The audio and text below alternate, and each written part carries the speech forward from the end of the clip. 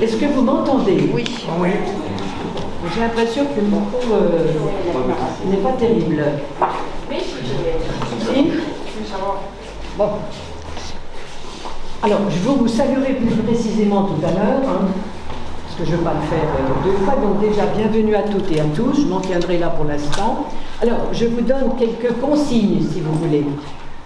Je ne vais pas commenter précisément les panneaux. Il y en a 36. Imaginez, vous en verriez 36 chandelles. C'est pas le but. Donc là, pour vous accueillir, vous avez une carte scolaire de l'Indochine. Peut-être que certains l'ont reconnu du temps de leur scolarité.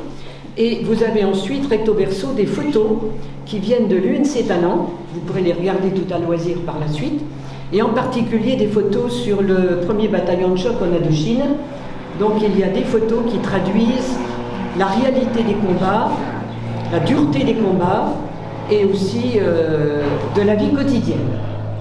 Donc après, je vais vous faire passer devant tous les panneaux en disant éventuellement un mot ou deux, parce qu'en fait, le commentaire, je vais le faire dans mon allocution. Donc je ne veux quand même pas vous imposer deux fois la même chose. Sauf si vous insistez. Non.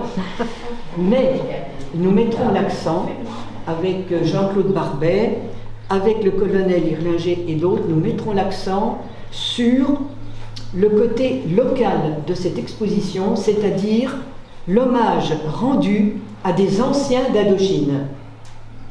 Parce qu'on pense que c'est ce qu'il y a de plus original, étant donné que la guerre d'Indochine, bon, tout le monde la connaît peu ou prou, j'en dirai évidemment quelques mots, mais ce qui est le plus intéressant, c'est tout ce qui est peut-être, qui traduit l'humain, c'est-à-dire les vitrines avec des souvenirs personnels d'anciens d'Indochine.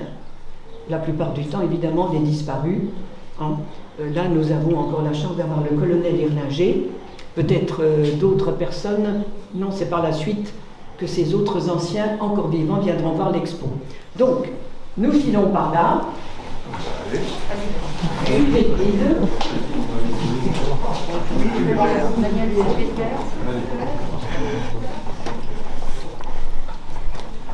Qu'est-ce qu'il ne faut pas faire? Bah oui, oui. Moi, je vous suis, moi. Oui. Allez-y, allez-y. Entrez, entrez.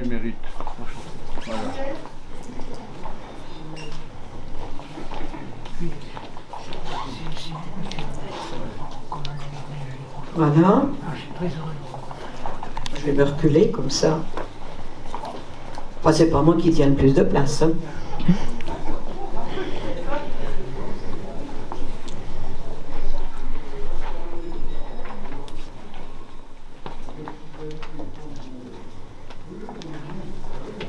Alors, vous avez donc 19 panneaux. À partir de là, jusque là-bas, après la cuisine, 19 panneaux qui nous ont été prêtés par le directeur départemental de l'Office national des anciens combattants victimes de guerre, monsieur Bruno Dupuis, ici présent, donc merci à lui. Donc des panneaux qui font allusion à la conquête, enfin j'aime pas le mot conquête, mais enfin disons bon conquête pour simplifier, la conquête de l'Indochine, là c'est le premier panneau. L'Indochine, perle de l'empire colonial français, deuxième panneau, pas le krach précisément, mais la rupture provoquée par la Seconde Guerre mondiale, puisque la France en est sortie affaiblie et dont il y en a des qui en ont profité, j'y reviendrai, les débuts du conflit, et comment nous sommes passés, je l'expliquerai aussi, de la guerre coloniale à la guerre froide. Parce qu'en fait, l'Indochine, c'est un des conflits de la période qu'on a appelée la guerre froide. Approchez-vous.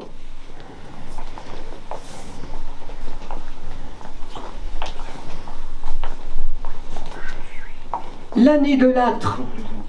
Alors, l'année de l'âtre fait l'objet de la présentation de 15 panneaux. C'est toute la série des panneaux qui termine la présentation là-bas. 15 panneaux, 51, l'année de Lattre. Donc l'année de Lattre, une année de victoire. Malheureusement, vous le savez, de Lattre est mort au début 1952.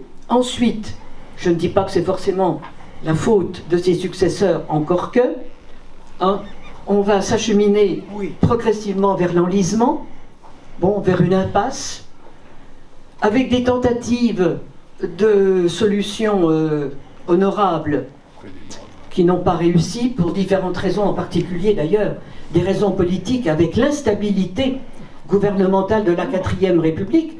Lorsque les représentants indochinois arrivaient en France, descendaient d'avion, ils pensaient avoir affaire à un tel, et puis c'était un autre, parce qu'il y avait eu un renversement de gouvernement la veille. Donc ça n'a pas facilité les choses. Bon, tout ceci nous amène évidemment au désastre de Dien Bien Phu, que j'évoquerai aussi tout à l'heure, dont sortira la paix, les accords de Genève, qui vont donc partager le Vietnam en deux. Hein, j'y reviendrai aussi, puisque vous savez ce qui a suivi la guerre du Vietnam, avec toutes ces atrocités, en particulier pour les populations civiles. Tout le monde se souvient des Boat People. Ça a été terrible. Alors, vous avez ensuite un panneau qui présente les forces françaises d'un côté, l'armée du Viet Minh de l'autre. Le Viet Minh, donc, c'est le mouvement dirigé par Ho Chi Minh, un mouvement communiste. Évidemment, et j'en parlerai un petit peu, l'enfer des combats, tant pour les combattants que pour les populations civiles et pour les prisonniers, hein, et pour les prisonniers, très important. Le désintérêt de l'opinion publique française pour cette guerre d'Indochine, elle est à 10 000 km de la mère patrie. Qu'est-ce qu'on est allé faire sur cette galère? Bon, l'opposition de certains partis politiques, il faut bien dire les choses telles qu'elles sont. J'en dirai un petit peu plus aussi tout à l'heure. Et en fait, c'est la mort de Bernard Delattre, fin mai 1951, qui a provoqué un électrochoc en France. La mort de ce jeune héros a un peu réveillé les consciences et montré ce qu'était la guerre d'Indochine. Moi, je ne dis pas que c'est une guerre coloniale, je dis que c'est une guerre pour la liberté. La liberté du monde occidental face à l'oppression communiste. Il faut appeler les choses par leur nom. Un chat est un chat. Cela va provoquer au sein de la population vietnamienne la déchirure, hein, que j'évoquerai, dont je viens de parler, je réévoquerai rapidement, avec, vous verrez, des photos de prisonniers des Viettes, hein, les photos qui sont là et vous en avez là. En 2011, j'avais fait cette exposition au conseil départemental. Et donc, les personnes avaient vu les photos et m'avaient dit « Mais vous avez fait l'erreur, ce ne sont pas des prisonniers d'Indochine, ce sont des prisonniers des camps nazis. » Je ne dis pas du tout, ce ne sont pas des déportés, bon, ce sont des prisonniers viettes. Vous voyez, comme quoi il est utile quelquefois de mettre les points sur les i. Et donc là, tous nos panneaux de la Fondation Maréchal Delattre, qui évoque l'année 51, l'année de Lattre, vous avez toute la chronologie, donc une année de victoire, c'est incontestable. Je ne dis pas ça parce que c'est l'année de Lattre, hein. Non, mais non, c'est la vérité. Alors le but, renverser la situation qui était très compromise fin 1951, lorsque Delattre a été nommé en Indochine. Ça a été un affrontement, en fait, Delattre-Giap, hein, le commandant des troupes du Viet Minh. Donc un affrontement. Alors moi je pense qu'on pouvait freiner le Viet Minh, on pouvait l'arrêter, on ne pouvait pas le vaincre définitivement. Parce qu'il avait une capacité de renouvellement des troupes, hein, il avait un matériel de guerre moderne, un armement moderne. Donc je pense que malgré les victoires de l'année 51, c'était quand même pas gagné totalement. C'est la Chine qui vient. Eh ben oui. Alors la bataille du Dé, une bataille cruciale puisque c'est la bataille du riz. Et c'est là que Bernard, fils unique du général, est mort, donc le 30 mai 1951, évidemment le père sera effondré et 6 mois plus tard, le général futur maréchal décédera. Bernard qui est mort en héros sur le rocher de Nimbine, son corps transpercé de 85 éclats d'obus. Donc j'ai fait une petite vitrine à Bernard, vous savez que Bernard c'est mon Bernard, il ne faut pas qu'on y touche, je ne le donne à personne. Donc, la fin de la bataille du Day, et de l'autre côté vous avez, alors on peut essayer de passer de l'autre côté, enfin, du moins attention, hein, parce que les grilles ont des pieds un peu agressifs. Ou alors je vous explique et puis vous passerez après. Hein. Donc vous avez Delattre présenté comme un homme de communication, c'est vrai que c'est un grand communicateur. On en a l'habitude maintenant, hein, des communicateurs, la com à outrance, on connaît, j'en dirai pas plus. Bon, il a aussi beaucoup fait, enfin, attaché une grande importance aux services de santé au Vietnam. Bon, tout le monde connaît Geneviève de Galard, mais il n'y a pas eu qu'elle. Hein. Et aussi, il a développé les échanges culturels, puisqu'il y a eu l'Académie française d'Extrême-Orient, enfin, c'est pas l'Académie, c'est l'école culturelle d'Extrême-Orient. Bon, il a beaucoup fait. Il a aussi essayé de sensibiliser la jeunesse vietnamienne au rôle qu'elle devait jouer dans cette guerre contre le Viet Minh. C'est le fameux discours de remise des prix en juillet 51 au lycée de Chasse-Loloba à Saigon. Et vous avez le texte du discours ici, un discours remarquable, comme le général Delattre savait en écrire et en prononcer. C'était un grand écrivain aussi. Enfin, moi je le considère. Tous ces heures du jour sont fantastiques. Il vous donne la chair de poule. Peut-être pas aujourd'hui parce qu'il fait chaud, mais...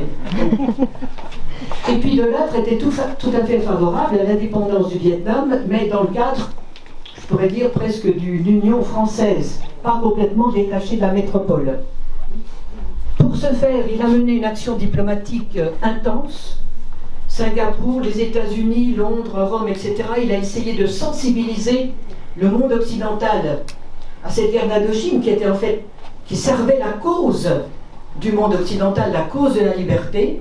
Et bien voilà, l'action culturelle, elle est là, elle n'est pas derrière, très importante. En tout ceci, il a été aidé par Madame Delattre, quelqu'un d'exceptionnel.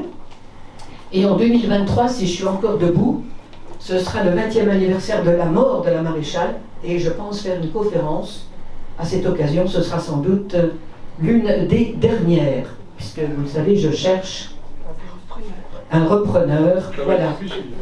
Et c'est pas un fonds de commerce en faillite, hein. Alors donc... Ça va être très difficile. Non. Mais non. Mais non, impossible n'est pas français, ne dites pas ça. Et puis de l'autre côté, vous verrez après si vous voulez, encore d'autres batailles. Et la résistance du Viet Minh, malgré les progrès du corps expéditionnaire français. Et on arrive après au dernier mois, et ce que je disais donc, le retour en France de Delattre et sa disparition. Bon, j'ai été vite, mais je vous l'ai dit, c'était volontaire. Alors, nous allons maintenant nous pencher sur quelques anciens d'Indochine, la plupart morts, et je vais laisser la parole à Jean-Claude Barbet, parce qu'il va vous parler des capitaines Poitot et Desserteau. Alors, vous pouvez venir par là. Oui.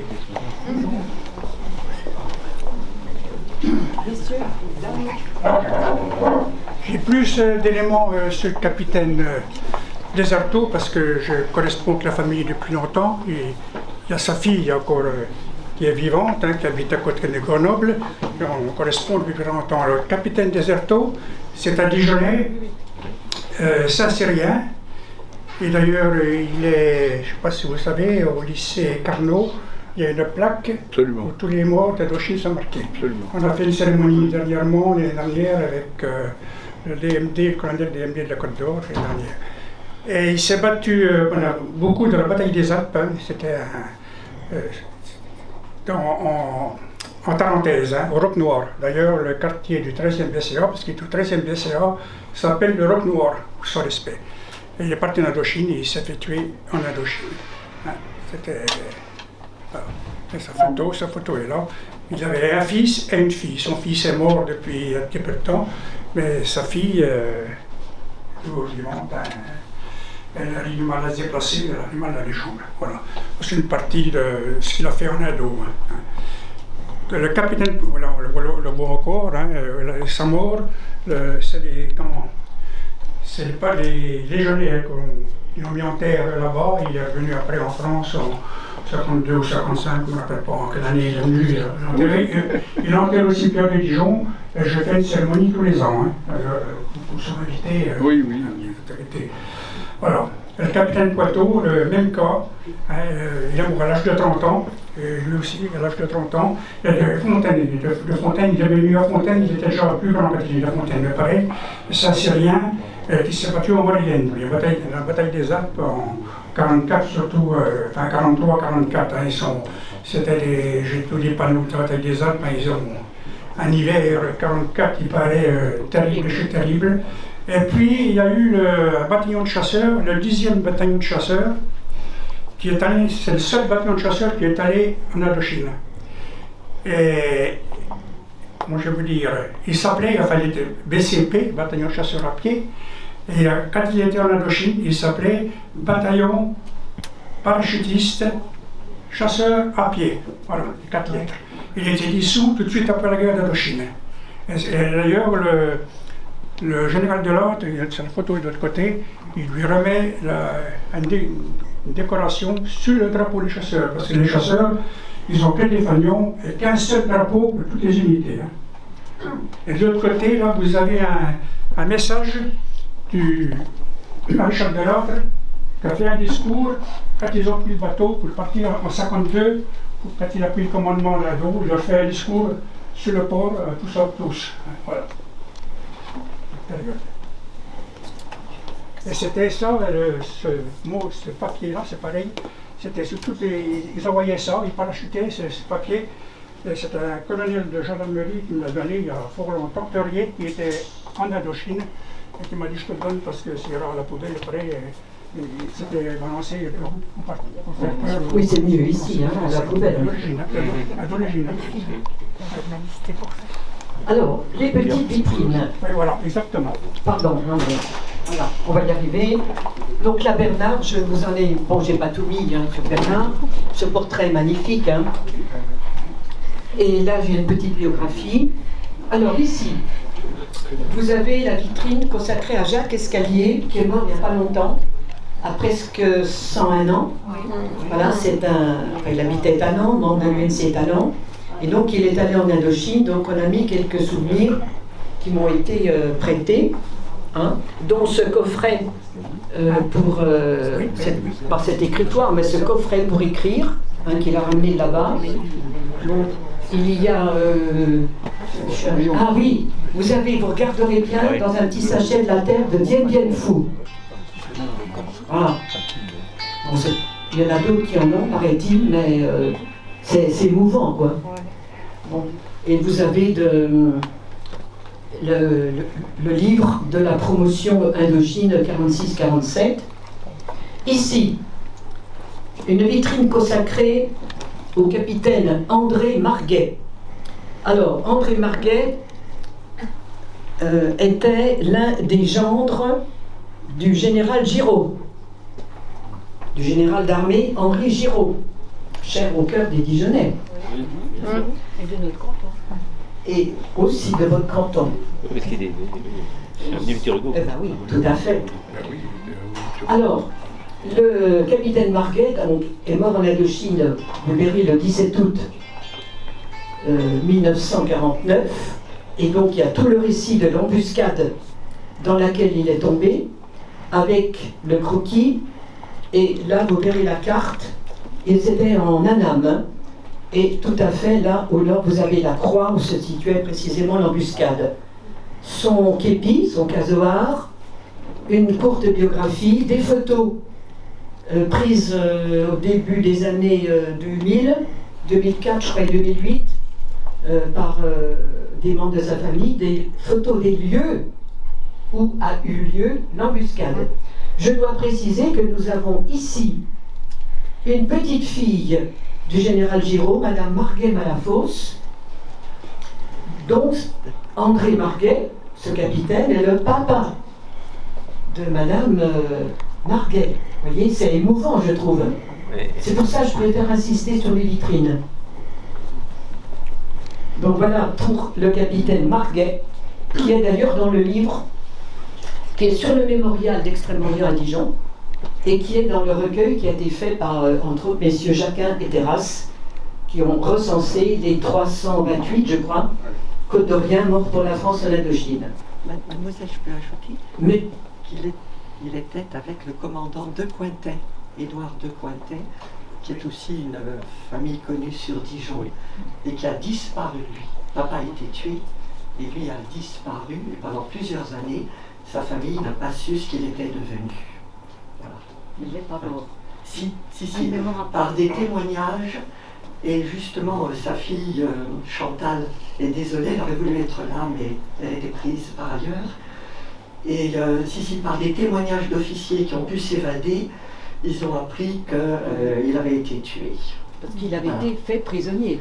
Il avait été fait prisonnier. C'est ça, oui. Oui, exact, il a essayé de s'évader. Oui, oui. Et la troisième fois, d'ailleurs, ils étaient à deux dans une rivière, ils passaient la rivière, ils étaient à 150 mètres du poste français, et là, on ne voyait que leur tête hors de l'eau, et une fillette sur la berge a levé les bras, a dit « Ah, qu'est-ce que c'est ?» Et les Viet Minh embusqués les ont canardés. Ils ont été tués à 150 mètres de réussir. Pour merci Marie-France. Alors, vous avez autour du pilier 4 vitrines, alors, avec des objets, des fanions et autres qui ont été prêtés par Monsieur Philippe Javelet, qui ont été prêtés aussi par Monsieur Jean-Claude Jacotto et par le colonel Irlinger. Alors peut-être que Claude va nous dire un mot sur ce qui est présenté là, qui est très très intéressant. J'étais au Vietnam. Mais brièvement. Hein, oui, mais j'y suis resté pendant 4 ans. J'étais au 7e BTA et au 27e BTA, tirailleurs algériens. On était au Laos et on avait pour mission de rejoindre Dien Bien Phu et d'essayer de faire quelque chose à Dien Bien Phu. On a été encerclés pendant 2 mois et demi.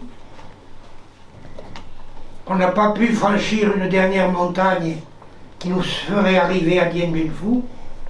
Et au cours de ce combat, parce qu'on a été mitraillés pendant toute notre progression, j'ai combattu avec mes soldats devant des armes Viet Minh. Et vous avez là l'arme d'un pourvoyeur de FM Viet. C'était sa seule arme, un bois éternel, parce que il a maintenant 60 ans, 70 ans. Il est tout neuf, il frappe fort. Et cette arme, j'ai ramassée sur son cadavre, bien entendu. Puis ensuite, quand on a voulu arriver à Dien Bien Phu, on a été arrêté par les Viet, qui comprenaient qu'il ne fallait pas qu'on aille les secourir. Et puis Dien est tombé. Enfin, j'étais là-bas. J'ai écrit un livre que j'ai fait à la fin, mais j'avais mis des morceaux sur un petit carnet tous les jours. Et à la fin de la guerre, j'ai écrit ce livre avec tout un tas de photos. Pour moi, il a énormément de valeur, parce que la bibliothèque de Dijon me le réclame. Et je le leur donnerai avant de mourir. Ensuite, vous avez des armes tranchantes, Viet Minh, et un coupe-coupe, le nôtre, de l'armée française.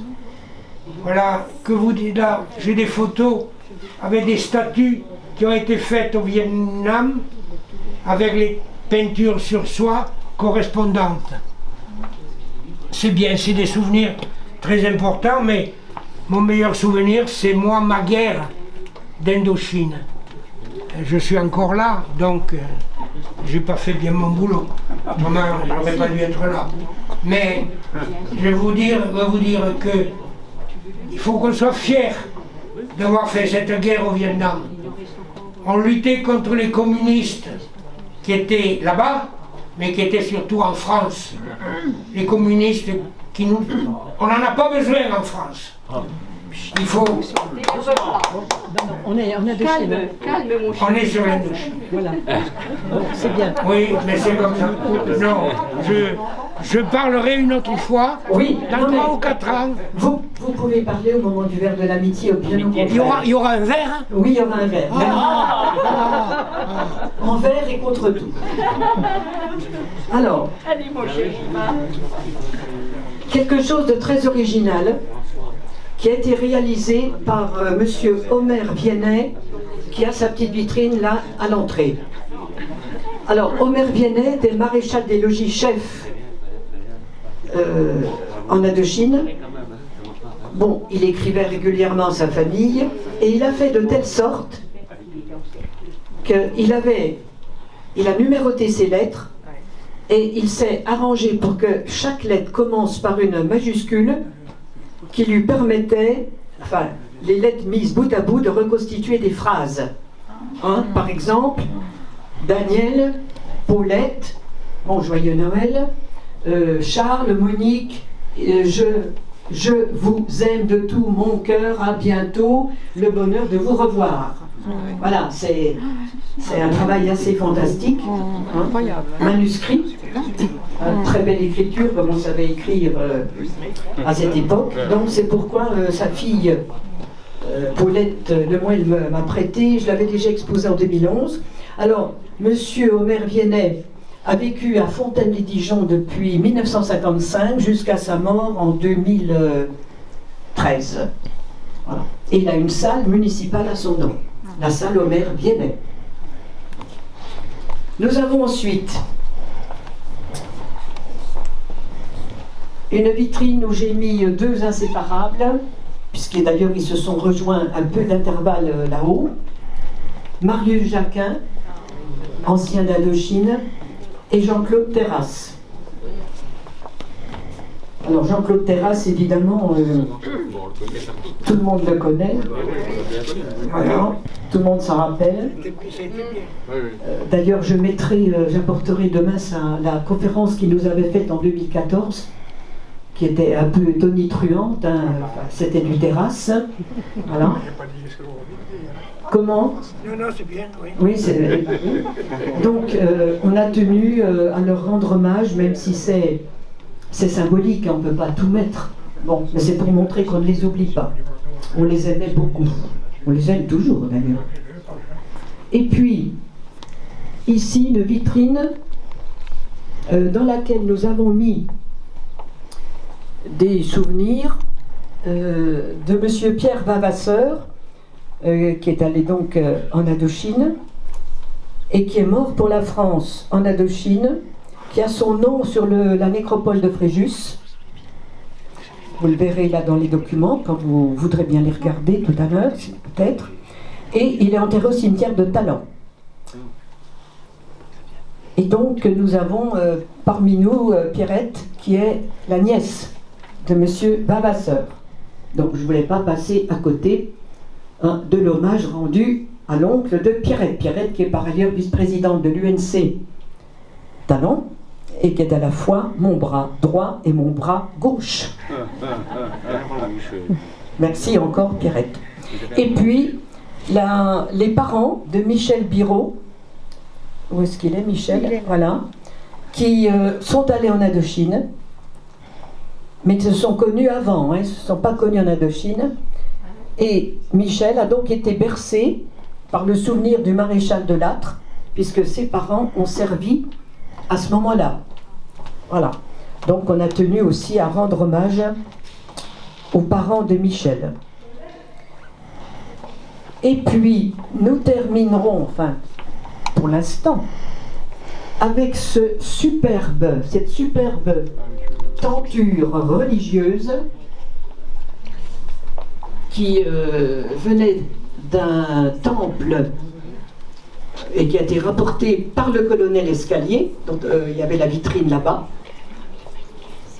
Et il a rapporté aussi, et son fils Michel me l'a prêté, ceci, ça doit vous intriguer, eh bien, c'est le bandeau publicitaire, bonjour colonel. Bonjour, désolé. Le meilleur était pour la fin. Oui, il s'agit d'un bandeau publicitaire d'un commerçant japonais qui vendait des couettes. Et ça, c'est sa publicité. Et ça se passait du temps de l'occupation japonaise. Alors, on a trouvé que c'était original et ça valait le coup d'être présenté. Bon, bah écoutez, moi pour l'instant, j'ai dit ce que j'avais à vous dire. Je vais compléter, comme annoncé. Hein, c'est bien ça, Catherine? Tout à fait. Bon.